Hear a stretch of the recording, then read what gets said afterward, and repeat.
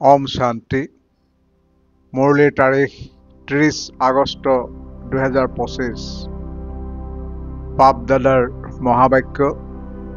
মৰমৰ সন্তানসকল, জ্ঞান বুদ্ধিত ধাৰণ কৰি পৰস্পৰ মিলি শ্ৰেণী চলোৱা, নিজৰ আৰু আনৰ কল্যাণ কৰি সঁচা উপাৰ্জন কৰি থাকা। প্ৰশ্ন: তোমালোক সন্তানসকলৰ কোনটো অহংকাৰ কেতিয়াও আহিব নালাগে? উত্তৰ: কোনো কোনো সন্তানৰ অহংকাৰ আহে যে এই সৰু সৰু কন্যাসকলে আমাক কি বুজাব। জ্যেষ্ঠ ভগ্নী গুচি গ'লে অভিমান কৰি শ্ৰেণীলৈ অহাটো বন্ধ কৰি দিয়ে। এয়া হৈছে মায়াৰ বিঘিনি।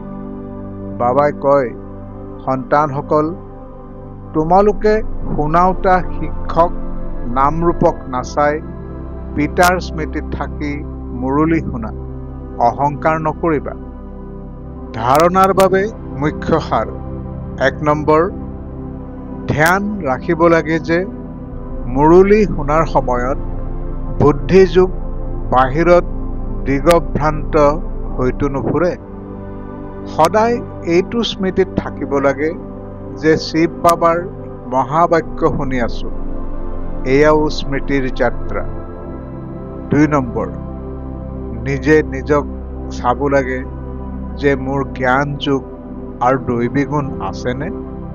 লালসাৰ ভূতটো নাই? মায়াৰ বশৱৰ্তী হৈ কোনো বিকৰ্মটো কৰা নাই? বৰদান: নিমিত্ত ভাৱৰ স্মৃতিৰে অস্থিৰতা সমাপ্ত কৰোতা সদায় অচল অটল হোৱা। নিমিত্ত ভাৱৰে অনেক প্ৰকাৰৰ মই বোধ মোৰ বোধ সহজে সমাপ্ত হৈ যায়।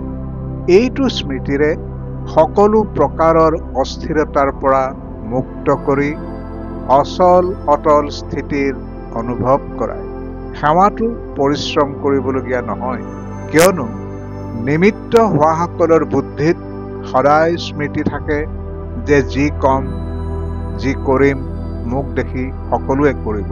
সেৱাৰ নিমিত্ত হোৱা অৰ্থাৎ মঞ্চত অহা, মঞ্চৰ ফালে স্বত সকলোৰে দৃষ্টি যায়। সেয়ে এইটো স্মৃতিও সুৰক্ষাৰ সাধন হৈ যায়।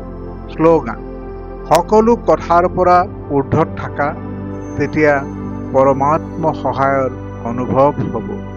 ওম শান্তি।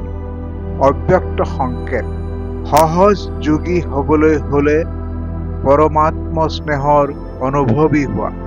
বৰ্তমান সময়ত দিগভ্ৰান্ত আত্মাসকলক এটাটো শান্তি লাগে, দ্বিতীয় আত্মিক স্নেহ লাগে। প্ৰেম আৰু শান্তিৰেই সকলো স্থানতে অভাৱ।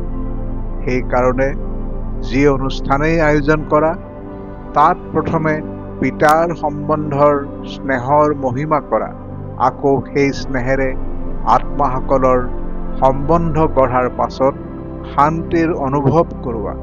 প্ৰেম স্বৰূপ আৰু শান্ত স্বৰূপ দুয়োটাৰে যাতে সন্তুলন থাকে। ওম শান্তি।